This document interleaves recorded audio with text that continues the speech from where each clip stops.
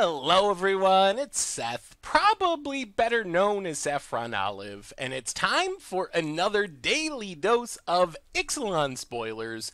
So we're kind of creeping up near the end of Ixalan spoiler season, but we do have a couple of sweet things to talk about today. We got a new mythic, we got a new rare, some commons and uncommons, so let's jump right into it, talk about the new black mythic, the pirate mythic, Fleet Ravager, and this card is really unique. So for 5 mana, you get a 4/4 with Menace and Death Touch, which is a lot of pretty relevant abilities, and it has a really interesting Enter the Battlefield ability, where Fleet Ravager enters the battlefield, each player loses a third of his or her life rounded up, which is actually pretty interesting, because the rounded up part means it can actually kill people. If your opponent's at 1 life, you play Fleet Ravager, it's going to kill your opponent thanks to the rounded upness of it. So I searched back through the entire history of Magic, and there's not really a good comparison for Fleet Ravager. The closest I could come up with was Heartless Hitasagu, which isn't a direct comparison. It does the same kind of thing, except Heartless Hitasagu, not an enter the battlefield ability, so it doesn't work with Panharmonicon, doesn't happen right away. It has to live for a turn and be able to tap, but it does drain for even more life. So where does Fleet Ravager fit? That's a really good question. You obviously need to be aggressive to break the symmetry of Fleet Ravager. You don't want to just necessarily play this in your random mid-range deck, because you are draining yourself as well. So you want to be the attacker, the person that's dealing damage to your opponent. So where I mostly envision Fleet Ravager is in Pirate Tribals. So let's say you are going aggro, Fathom Fleet Captain, Ruin Raiders, Admiral Beckett Bass, dealing damage to your opponent. You get your opponent down to 12 life, to 10 life. So let's say your opponent's at 12 life. So you get them down to 12 with your creatures. Pre-combat main phase, you drop your Fleet Ravager, drain your opponent down to 8 with the ability, then you attack with all your pirates, hopefully deal 8 more damage and close out the game. So that's the most natural home. Doesn't necessarily have to be pirates, could be like mono black aggro, red black aggro, but you definitely want to be the aggressor, the attacker with Fleet Captain. The other nice part about Fleet Ravager, and another reason it's so unique, is that Death Touch and Menace is actually a really rare set of abilities. The only Death Touch Menace creature that we have in Magic is Keteric Creeper, which is obviously nowhere near as powerful as Fleet Captain. The upside of these abilities is that you're going to kill 2 creatures if your opponent wants to block it. So your opponent doesn't want to take 4 damage from your Fleet Ravager. They got to put 2 creatures with at least 4 power between them up against it, so you're kind of getting a 2-for-1 if your opponent tries to kill it in combat damage, which makes it a really big threat. It's going to be pseudo-unblockable a lot of times, because your opponent really isn't going to want to trade 2 of their creatures to get rid of 1 of your creatures. That's a good deal for you anyway. So I think this card is actually very, very powerful as the top end of aggressive list. Could be pirates, could be mono black, could be red black, but if you're going aggro, this is a really powerful 5 mana threat.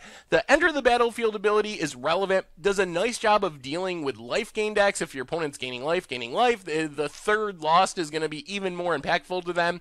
So I really like it there. The other possibility with Fleet Ravager is it could show up in Commander. So the downside is its colors are a bit weird. You really, I think, want to be a blink deck is probably the most effective use of Fleet Ravager, and the only real blink commander in black-white is Triad of Fates, which is kind of slow, not one of the better blink commanders. It would be nice if you could play it with Brago or something, but it's not in the right colors. So maybe you're like an Espery Blink deck, because you could just combo out the entire table with Deadeye Navigator. If you make some mana, blink your Fleet Ravager a bunch of times, you can blink it enough times to just drain everyone out of the game. So I think there's some interesting potential there. The fact that it's an Enter the Battlefield trigger actually makes this ability really interesting and potentially powerful compared to Hitasagu. So in Standard, go aggro with Fleet. Great threat there, hard to block, deals direct damage, gives pirates and aggro decks some more reach. In Commander, you can do some blink shenanigans. So overall, I think this card is actually really sweet and pretty powerful. Apparently it's just Pirate Day, because our next card, the rare for the day, is Captivating Crew, which is another interesting pirate. 4 mana, you get a 4/3, which, whatever, but for 4 more mana, you can basically threaten a creature. Gain control of a creature until end of turn. It gains haste, so you can slam in with it. You can only activate this as a sorcery, which means you can't do any combat shenanigans, steal one of your opponent's attackers, block their attacker. It is just a straight up threaten on a stick, but I think this is a really interesting card. It's kind of reminiscent of Yzosa Dragon's Claw, which never really caught on, but was also a bit more limited. In the timing, the body was smaller, you could only steal smaller creatures. It's also a little bit like Overtaker. Weirdness of Magic is this effect actually used to be more blue, although Overtaker you can do at instant speed. So I think Captivating Crew has some really weird potential in mono red as a potential sideboard card for decks like Ramadan Bread.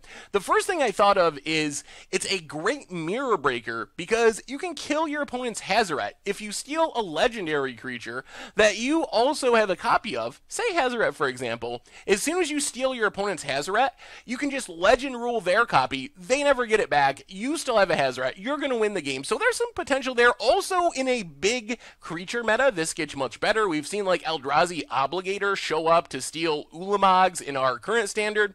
This could definitely be a way to steal some big dinosaurs as a red deck, get blockers out of the way. It is a pretty powerful card. Not sure it'll show up in main decks. A 4/3 for 4 is just kind of meh. It's competing with Hazoret in some sense as a main deck card, and I don't think it's going to be as good.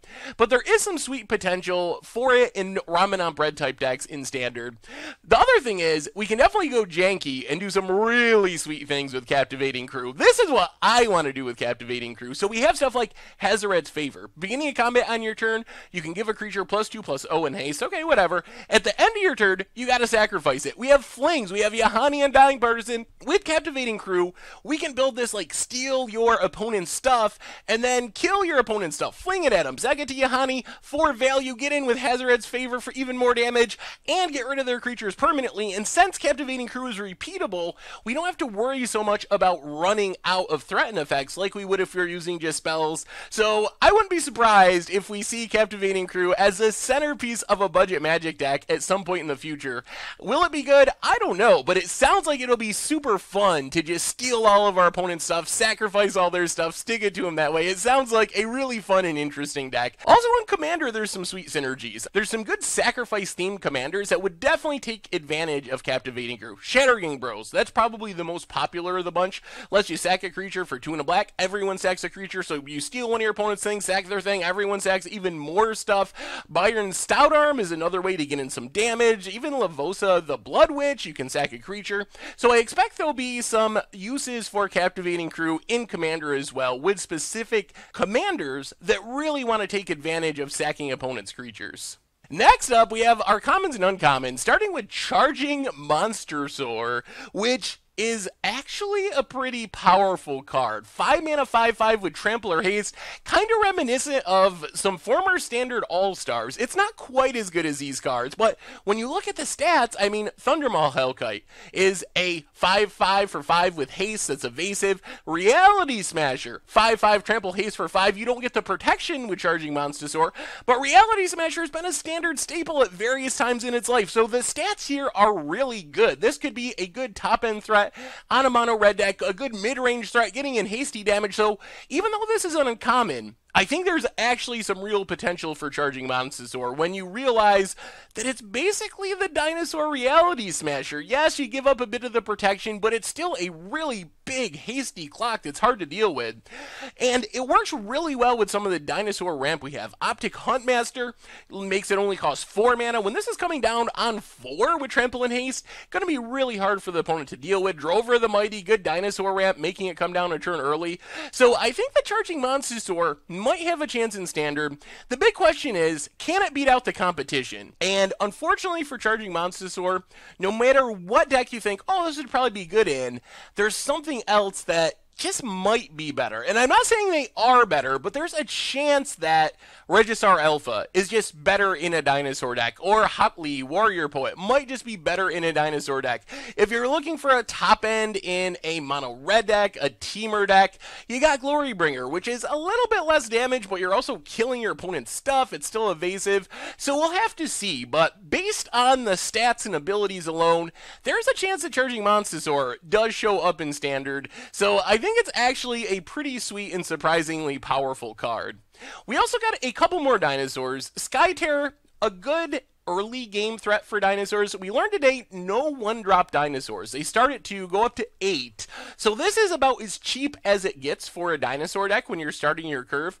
And the stats are not bad. Menace is kind of a weird combo with flying. Like, you have flying, you're already evasive. Do you really need Menace too? But it does keep you from getting chump blocked by pirates, which will probably be popular in standard as well. So we'll see. Is a 2/2 flyer for 2 good enough, even with the Menace tacked on? I don't really know. It's going to depend on what dinosaurs look like. It seems like the most powerful dinosaur decks might be more ramp focused, when you're going to want to spend your second turn trying to accelerate into your really big powerful stuff rather than playing a 2/2. But if there's a more aggressive dinosaur cell out there, I think Skyterror could definitely be a part of it. And then Snapping Sailback, it's a good limited card. Definitely a blowout card in limited. You flash it in once your opponent attacks, you block, it gets bigger after you block thanks to the damage.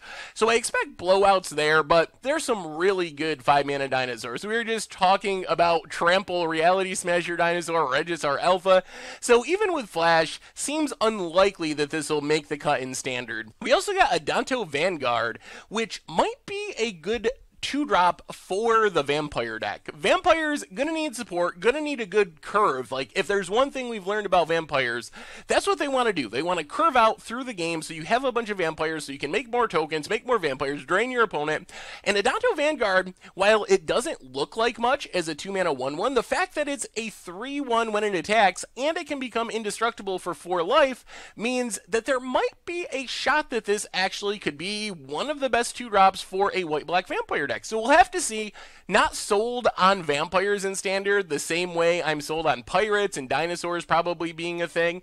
But if there is a vampire deck, this could end up being one of the 2-drops that actually finds a home in the shell. We also got a Merfolk 2-drop today, the River Sneak, a 2-mana 1/1 unblockable that gets bigger whenever a Merfolk enters the battlefield. And take everything we were just saying about the vampire, say it about the River Sneak. If there is a dedicated Merfolk tribal deck in standard, if that deck needs another 2-drop, River Sneak is not bad. I mean, most of the time it's going to be a 2/2 unblockable, assuming you cast a Merfolk. So I think there's a chance that it could show up in standard. The unblockability means it's going to get in some nice aggro damage, so we'll see. Again, just like the vampire, if Merfolk tribal is a thing, if they need another 2-drop, River Sneak is good enough that I could construct a scenario where it's seeing playing constructed, but it has a lot of ifs that it has to hit before it actually works. Finally, our last card from the day is one of the more interesting and strange cards we've seen in a while. Trove of Temptations. So 4-mana enchantment makes it so each opponent has to attack you with at least 1 creature each combat if they can.